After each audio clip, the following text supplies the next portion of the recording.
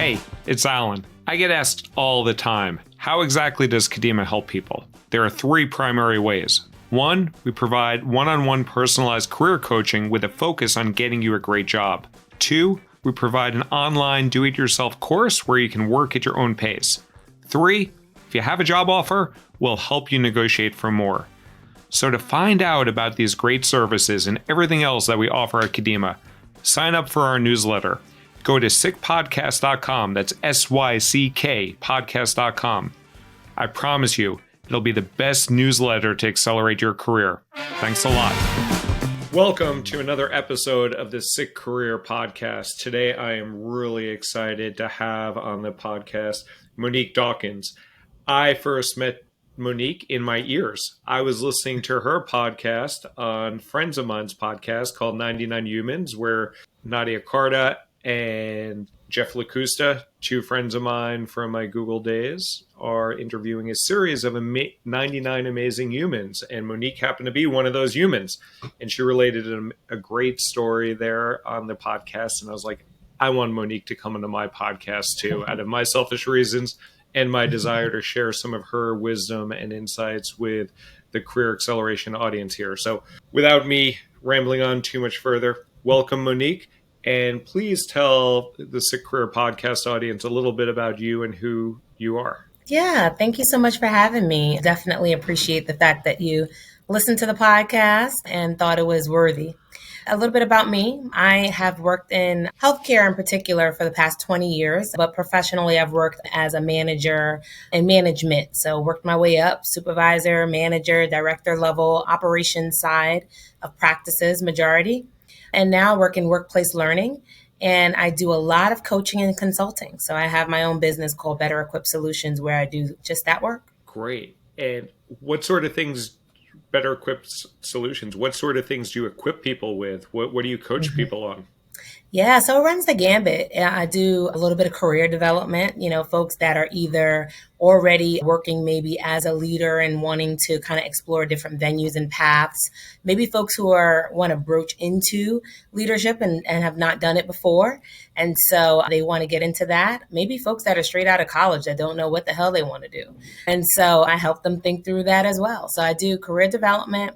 I spend most of my time, though, doing a lot of leadership development. So folks who are established as managers or in various roles and really want to learn about themselves, figure out how they can do better for their teams and how they can just really show up the way they want to be seen. And then I do a lot of corporate training. So I go in and do workshops, team buildings, and things of that nature across all industries. So a little bit of everything. Great. And on the leadership development, leaders need a lot of development. Totally get you with that. And I know you are about to become an author. You've been working on a book called Know Your Best, the 10 Rules to Elevate Your Leadership Power. And tell me a little bit about that, because I want to dig into that and the tips and wisdom, because you boil leadership down into 10 tips. So yeah. It's an exciting time. So I'm a new author. I have a book being released May 10th of this year, and it's called You Know Best, 10 Rules to Elevate Your Leadership Power. And really where it came from is this is like the 20th anniversary of me graduating from undergrad. So 20 solid years working professionally, right? In the game, if you will, the game of life. Dun, dun, dun, dun. But over the time, majority of my time has been spent, like I said, in a lot of different leadership roles. And when I think about what the lessons are that I've learned or the skills that I've acquired, I really took some time to reflect on that and put it in this book. And so it really boils down to, I compartmentalize them into kind of like different segments, but there are different types of rules that happen, I think as leaders grow. And it doesn't necessarily happen at any certain point in your career, right? That's a little bizarre. It's not like this is not for new leaders, and it's not just for leaders who are maybe mid-level leaders that are going to be executive leaders. This might just smack you in the face year 10 of leadership or year 25 of leadership. But there are different types of rules. So I have like the unspoken rules, which really is kind of like mastering the art of reading the room is an example of one of those rules. It's something that nobody tells you when you're becoming a leader. They tell you need, to be able to read a budget and create a budget. You need to be able to have interpersonal skills and interact with people. Yeah, you know all of that stuff. But they don't tell you that you need to be able to read the room to discern when to say certain things and when not to say certain things as a leader, right? So like that's an example of a rule that I share in my book, and I give skills on how you can kind of acquire that skill to hone in to make sure that you're kind of up to speed as you need to be on that skill area. And those unwritten rules are so important because nobody writes about those rules. Nobody teaches those rules. And as an individual, whether you're a leader or an IC, an individual contributor, you're on your own trying to figure this crap out. And one of the stories that you shared on 99 Humans podcast, which was particularly personally aligned with some of the situations I've had before, was a situation where you were hired into a role and you quickly realized you were unwanted on that team and on that role. Can you share a little bit with the audience of, you can go into specifics if you want, but at least talk about the situation that you joined and what exactly happened there. Yeah. So in the 99 Humans podcast, I spoke a little bit about one of my positions in which, I was doing everything that I was supposed to do as a leader, building a team, building a department, really getting things in line, and was having a great time doing it and having a lot of respect from my peers, my day-to-day peers and my staff that reported to me. But there, clearly were some outliers as it relates to kind of non-direct lines of leadership, right? So I didn't report to this individual, but, they definitely preferred to have someone else in my role. So long story short, at the end of the day, they applied the pressure to the powers that be, and I ended up transferring out and moving on to another department. And, what I learned from that actually is addressed in my book as well. And it's under the dirty rules is what I call it, right? Because those are some of the dirty rules. You have to expect that things are going to happen. And in fact, I label that chapter, the rule is that bad things can happen to good people, right? Who goes into leadership thinking like, oh, I need to know that I can do everything right, but yet still something bad can happen to me. Sometimes, we're so optimistic that if we're performing, we can't be touched. And that's not true. And that aspect really hit home with me because I've been in situations in my career where I was performing, I was generating results, some of the best results on the team, but for political reasons, or maybe my personality didn't work well with someone else that was higher and more powerful than me, I was swimming upstream the whole time. And I tried to fight that. I tried to demonstrate, okay, this is what I can do. Here's the results. I tried to focus on logic. I tried to focus on getting other support. It didn't wind up working well for me. I wound up eventually getting fired after trying to fight this situation. This was at Facebook with a leader who just didn't want me. I didn't realize that until the end that it was a battle I could have never won. So I'd love to hear your thought process of why you decided to remove yourself from that situation and find something better and different. Did you ever decide to fight first, or you're like, hey, this is an untenable situation and I'm getting the hell out of here? But I'd love to hear your thought process and how you came to that decision to basically cover your tush, which I decided to fight, and it did not work out so well. In that particular situation, I guess I always kind of weigh the pros and cons like most people do. And for me, I felt that what's most important to me as a leader, not even just as an individual, I was like, what am I doing here at work, right? What's important to me and my role and my desire as a leader, and it's to make an impact. And if I'm in an environment in which either certain people don't believe in what I do or trust that I can do it, or simply just don't want me there because they think somebody else can do it better, I'm not going to have as much impact as I'm going to be able to have somewhere else. And so that to me feels like stagnancy, which feels like it's not worth my time. So I think that the decision was really easy for me because I was not in my feelings. I was more in like, what's my future look like? What's my passion going to look like? How am I going to, really do the best that I can do in these 8-12 hours a day that I'm spending at this place. And it wasn't going to be effective if I stayed there in that role. And so that's what I felt best served me. So that was kind of like the decision that I made really quickly, really easily. And how did you manage to exit stage left? So you were in this situation where you weren't going to win. You weren't wanted. And you moved, I believe, internally within the organization. Is that true? Yeah. So That's how true. did you make that happen with the challenges from some strong-willed leaders that for whatever reason they were not a fan of you? I think they wanted to hire somebody else that they initially wanted to hire. But how did you make this happen? Yeah, I think that, that's a perfect question because that leads into like another segment of rules that I have, which are the rules of thumb in my book. And the rule that I used in this particular situation is brand, like I promoted my brand before I even knew that I had to. And so I was the type of individual that, I did the best work, whether somebody was standing in front of me or not. I made relationships, with people that were organic. I'm not the type of person that is going to try overly hard. And, like there's too much going on. Born and raised in New York. We don't have time for that. We got a job to do, we got things to do.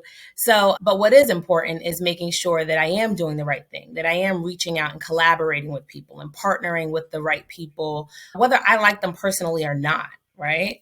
And so I always had done that in my career, always just kept the work first, built the right relationships, stayed in my lane, but like really remained positive and open. And I think that my reputation preceded me, if you will. So when I had a setback, before I even had time to, worry or feel like, oh my goodness, what am I going to do? There were people that were already kind of reaching out to me. And so it wasn't that hard for me to find a role. In fact, in this particular situation, I had an offer internally at the place that I was working and an external offer because, you got to start job hunting everywhere. Yeah. I wasn't just like, oh, I'm going to wait and see what happens at this organization. I was like, well, let's see what's here and let's see what's external. And I received both offers. So that put me in a pleasant situation in which I was like, oh, well, what do I prefer? Right. And so that was a nice situation to be in that I could have decided to just leave altogether. And I am loyal, but I also am more loyal to myself. So I was like, well, it better served me in that situation, that package, that role, whatever it was, it served me best to stay put within that organization. But all of that to say, I always promoted my own brand. I always, wasn't afraid to go out there and see what's available to me. And then I made the best choice based on my options. And that's a great point. So you took the power back to yourself. You took the free agency because I'm assuming all of your roles that you've had are similar to mine where you're employed at will, which means that the company can fire you for any reason at any time, but also essentially gives you the free agency that you can leave at any time for any reason. So talk about how you've used the power of free agency and the power of owning your career throughout your career. So my hunch is that was not the only time in your career that you have looked for other things as a potential plan B. And from your laugh, I think you're confirming that. But talk about how you look at your career and how you've had it seems like a very proactive strategy and focus on owning your career. Yeah. I only laugh because I definitely am a person who I'm going to stay in a role in an organization when I feel that I am making a difference, when I feel that the work is serving me and is serving the organization and we have this nice flow going, it's great. But if even if I've just established or accomplished whatever needed to be done, and now there's nothing that's going to fuel me or drive me, well, then my work is done, is how I see it in that particular role. And I might decide, is there growth here within the organization? Or should I look externally to see if there's something else that might maybe stretch or grow me as an individual? So over my, career, over the 20 years career that I've had, I've worked for probably about 7 different organizations. And for me, luckily, it's always been, growth. every opportunity that I've had has been moving up the ladder. So I don't often take lateral roles. They're always like going to be giving me a little bit more as it relates to kind of responsibility, just the ability to partner with the organization at large. And the further along I get in my career, the more I'm interested in being able to strategically partner, not just be the executor, if you will. But at any rate, I really think it's important, and I advocate in my book that individuals should redefine what they think as loyal. Some people think loyalty is just staying put, just staying in a department or in an organization or in a place because I've worked here and I want them to know that I appreciate them for giving me a paycheck. Well, you've earned that paycheck, and you are earning that paycheck by contributing with all the wonderful work that you're doing, right? Insert all that hard work here. So I think it's supposed to be mutual beneficial, a relationship between an employee and an organization. And I think that employers should work just as hard to retain and engage their employees as the employees should do to make sure that you're doing a great job. And when you have the right organization, you'll know it because they'll invest in you. They'll want to see you do better, hopefully within the organization, right? I'm not telling everybody to go out and quit. What I am saying is have conversations with your one up. On the flip side, a lot of employees are very shy and close-lipped, and they don't share what their interests are, and they don't share what their aspirations are. And that's doing a disservice to you as the employee and to the employer, because a lot of employers want to keep you around. So I think there's just this disconnect that happens. And so when I say refine, the idea of loyalty, it's just be loyal to yourself and put it out there what your interests are, because your organization more than likely would want to retain you and want to grow you and want to keep you secure and happy in your role. That's some sick advice about the loyalty works both sides of the equation. And you as an employee better damn well be getting equal, if not more value out of the organization than that you're providing back to them. And if not, there's other organizations that will treat you loyal and that you can be loyal to. And this goes to a concept that I teach with academic careers of the 2-year rule. And it looks like your career has kind of taken this path. And I generally tell people, you look at your career, maybe it's a 30-year career, maybe it's a 50-year career. I don't know. You're in year 20. I don't think you're retiring anytime soon. That was not your plan. And it's probably because you enjoy what you're doing. You're not ready to hang it up yet. But I tell people to look at their career in essentially 2-year increments. Every 2 years, you should be going up in terms of getting more scope or more money, over in terms of getting some functional expertise or regional expertise or something that's growing you. And if you're not getting that internally at the organization where you're working, where you're loyal to, then get the hell out. So up, out, or over. I don't know if 2 years is the right thing, but it seems like you've operated your career where you're always trying to strive for growth and learning and opportunity. I love your perspective on what I call like the 2-year rule. Yeah, I like it. I like the 2-year rule. I mean, you're talking to the right one. I think that even if, and I'll say this, I am very proactive, ready, I stay on ready. But there are a lot of individuals, and as a coach, it's helped grow me just to meet a lot of individuals that think very differently than me, that are way more deliberative than I am. So this might sound crazy to them. 2 years? What do you mean? How can I, make such a drastic move in 2 years? I just got comfortable.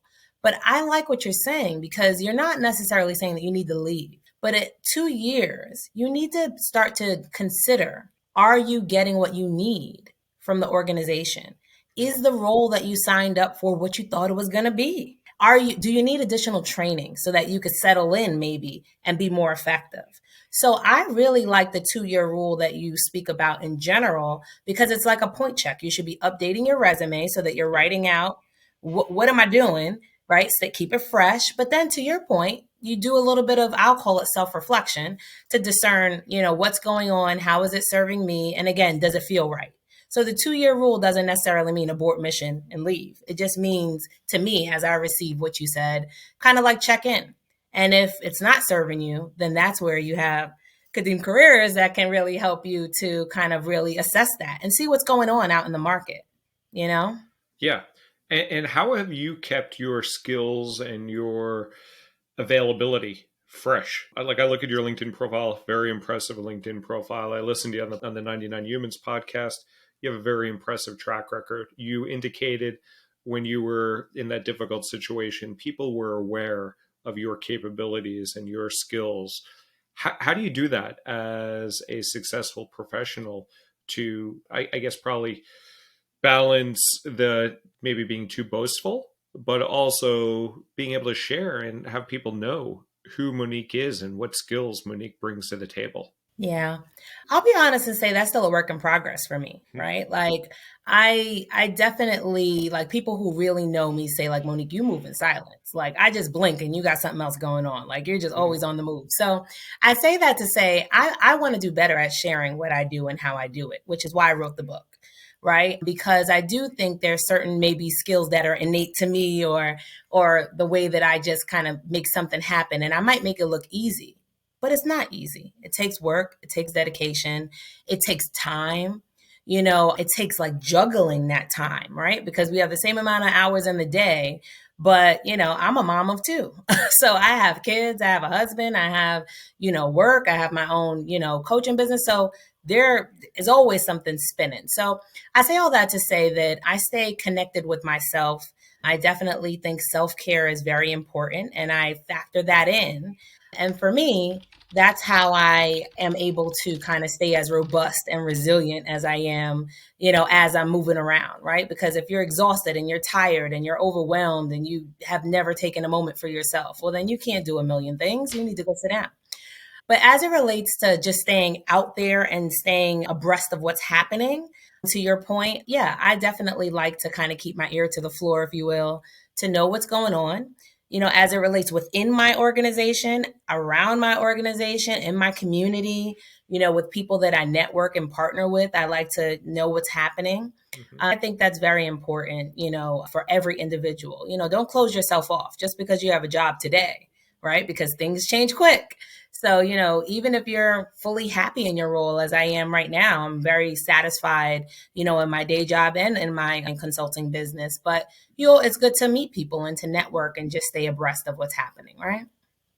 Yeah, I agree. And I think you brought up an interesting point there that you're juggling not only your career, which is quite impressive, but you're a mom of two, you have a husband, you probably have hobbies on the side. It's not all about work for you. Mhm. And people need to take that into consideration too. So when I talk about the 2 year rule, that's just like essentially a rule of thumb because there's Mhm. sometimes in your life, maybe you have young children at home, maybe you're caring for a sick parent, maybe you're just dealing with some health issues or something.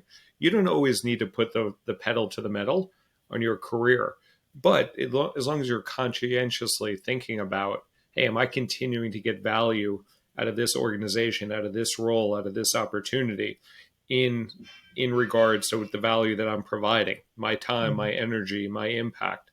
As long as you're Mhm. thinking about that, I think that's just a healthy attribute to have. I'd love your thoughts on that. Yeah, no, I think that resonates with me. You always need to be in motion, but not at the same speed. Yep.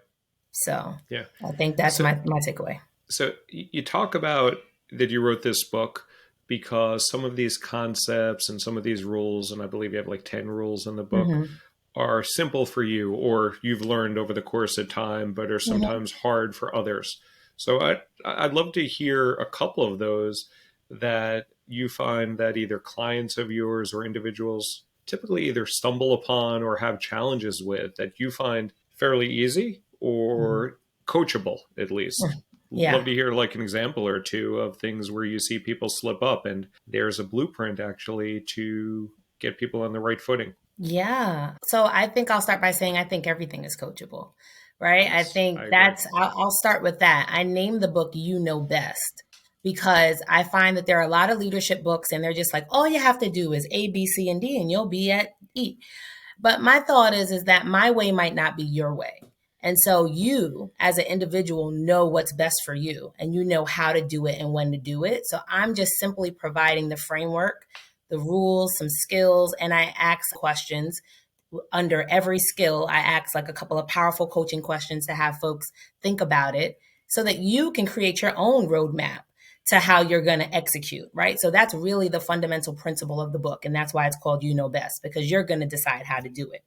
But one of the things that I would say in particular, one of the rules that come to mind is, again, it goes back to that brand promotion for me.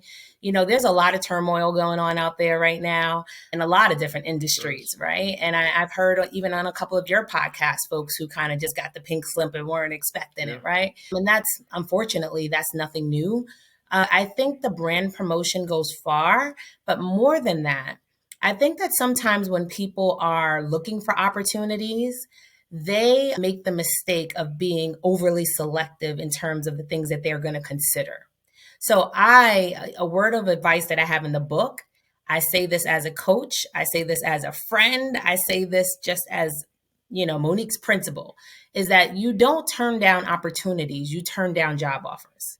So I think that's a number one principle that people need to take away. If you don't take away anything else that I say, explore everything. You don't decide that it's not for you before you even firmly get it offered to you, right? So I just think that is something that has to be said, and it has to be put on repeat in people's ears. And I'm going to say it again. You don't turn down opportunities. You turn down job offers that are officially extended to you. What do you think about that, Alan? I love that. And I find that to be a core error that many people make. They opt themselves out of the interview process. They say things in their head that, they're going to make me relocate, or they stood me up for this interview, so they're a crappy company, or or the money is not going to be where I think it's going to be. They say all these things. And my strategy is you be the one to say no. Keep yourself in the game as long as possible. And at the end of the day, let the offer come, because not only does that improve your interview skills, because you're getting more interviews, not only does that give you a firm value of what you're worth, because nobody knows what they're worth. You can look at comparably.com, you can look at levels.fyi, you can look at Glassdoor, you can look at all these things, but you don't really know your worth until somebody says, Monique, we're making you an offer for $300,000 or whatever it is. That is what that company deems your worth. So then you get that value, and you can reject them in a very nice way. You don't need to be an a-hole about it. You can reject them nicely. And also, you sometimes can get a better opportunity from either them because they've indicated they want you, or you can take that offer back to your existing company and use that as leverage if you so choose. So there's no reason not to continue the process till the end. So I hear you. Absolutely. I can't wait till your book comes out. Yeah, for sure. And then I just think the second one that I'll point out is own your own mistakes. That's a rule that I have in the book. And I think as a leader, it's just so important to do that. Sometimes we hop over that, right? We're like, we could think of a million excuses. Own your stuff. Yeah. We make the wrong call sometimes as a leader, and you got to learn from it and grow from it. And failing, everybody fails. But it depends what happens when you fail. Do you learn from that failure, or do you continue to repeat that failure? And that's okay. And I love the ownership mindset. I had a former leader that would talk very strongly about you can be an owner, or you can be a victim, or you can be an owner of the situation. And it's not always easy to own it. But I don't know if you've read the book Extreme Ownership by Jocko Willink or have heard of it. Navy SEAL wrote this book about everything, just say, fine, I got it. It's my fault. I can handle it. It's a little extreme. That's why it's called extreme ownership. But if you're going to err on one side or the other of be the victim or be the owner, I would always say err on the side of owning the issue, owning the outcome, controlling your destiny to the extent that you can. Yes. I like it. Yeah, for sure. So that's I'd love to hear how you've implemented that in practice, and if not in explicit detail, but it sounds like you've probably turned down some offers that you've received in your career, that you've gone down, like you mentioned in this one situation where you were looking internally, you were also weighing an external opportunity. So, and you've worked for some very prestigious organizations, NYU, Memorial Sloan Kettering, Genzyme Genetics, and others. How many offers do you think you might have turned down in your career? Oh, man. It's not exact number. Is it 1? Is it 5? Is it 50? Well, no, it's probably not 50. I mean, I would say, I mean, maybe between the 5 and 10 mark. I Hmm. think I would say this every time I'm looking for an opportunity, I'm going to be open to going on many interviews, right? It's Yeah. like marriage, right? You don't just date one person and say like, oh, that's it. Like you're gonna talk to a couple people. So I've been blessed enough that I find that, I've had way more offers than rejections. I can probably tell you, count on definitely one hand how many rejections I've had because I've been very blessed in that regard to Huh. have the Okay. opportunity to So have a you're a lot of hell offers. you're a hell of a lot better interviewer than me because I can't count how many rejections I've had. But I don't care. I don't care. There you go. It's like as long as I'm learning and growing and putting my hat in the ring, I don't really Hmm. like it hurts at the time. Don't get me wrong. Like Yes, I've been in the yes, yes. final rounds for interviews and I was like, I know I'm perfect for this. I know I nailed this. And then they Hmm. decide to go with another candidate or they tell Yeah. me that I'm too direct or whatever. Mm-hmm. Like Mm-hmm. I heard that from Stripe when I got to the final rounds Mm-hmm. there. They liked me, Mm-hmm. but they decided that they went with a candidate who's less direct than me. So be A it. little softer. Okay. Yeah. Yeah. But so as you've had at least a handful of offers extended to Hmm. you, and you're like, Yeah. I'm not going to take this. Hmm. Did you burn any bridges through that? Never. Right. Never. And I think it's important to I think you even made this comment like it's okay to politely decline, right? Without burning that bridge. And in Hmm. fact, it ties back to that brand promotion. When I'm looking for a job, if I see a position that's open, and of course, we're in this world of LinkedIn, we haven't always been here, but I've had jobs where I'm like, I'm going to reach out to somebody. I know somebody else who works there who knows me. And I actually had an opportunity he was in a CEO role by the time I was applying to a job in this organization. And I knew the guy who was like this, no, he was the chief human resource officer. And so at any rate, he patched me on and I got to interview Hmm. through. He wasn't a decision maker for the role, but I was extended an offer, but I chose not to take it. And again, I don't want to burn any connections. I don't want this person to think that, I didn't appreciate, them, facilitating or at least passing on my resume. But, I round back. I say, thank you for the connection. I let them know, I've chosen something else that works best. And I hope that we can continue to partner and collaborate. And, just basically really thanking them for taking the time and making the effort. But again, no harm, no foul, right? It's just about acknowledging that you appreciate that you got the opportunity. And again, never burning a bridge. Yeah, and I've maintained relationships with people that I turned down nicely, and I'm still close friends with them. I got offered opportunities with them down the road. Also, I wanted to be careful about rejecting them a second time and not continuing to do that. I rejected them Yes. a little bit sooner then, but that's Hmm. okay. And Yeah. as a candidate, you are going to get rejected. Maybe not in your case. I get rejected a lot as a candidate It's not about the because number of rejections. okay, who's counting? But as a candidate, especially as you're competing for competitive roles, those organizations, those hospitals, those companies, those opportunities are not only looking at Monique, they're looking at a handful of other candidates because they don't know if they're going to land you. They don't know how you'll Absolutely. interview. So they're Hmm. prepared to reject 3 or 4 people just to get Hmm. one person to accept the role. Hmm. So Absolutely. that's a great one about continuing in through the opportunity, not turning down opportunities. You can turn down offers. Hmm. Any other, like I know you have 10 great items. We're not going to share all 10 because we want Yeah. people to go out and buy your book. But Yeah. is there another common one that you see occur often with people Mhm. that yeah that's just like one of the more common of those 10? Yeah, I'm gonna say, the ultimate rule is also a chapter, a section in my book, and it talks about, really life balance.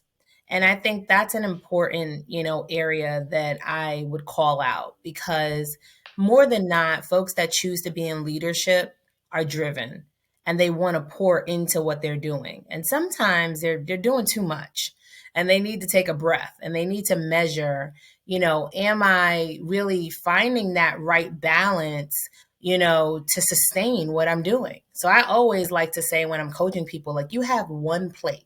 I know we like to say, oh, well, for work, I do this, and for home, I do that. It's just one plate and it all has to fit on that one plate.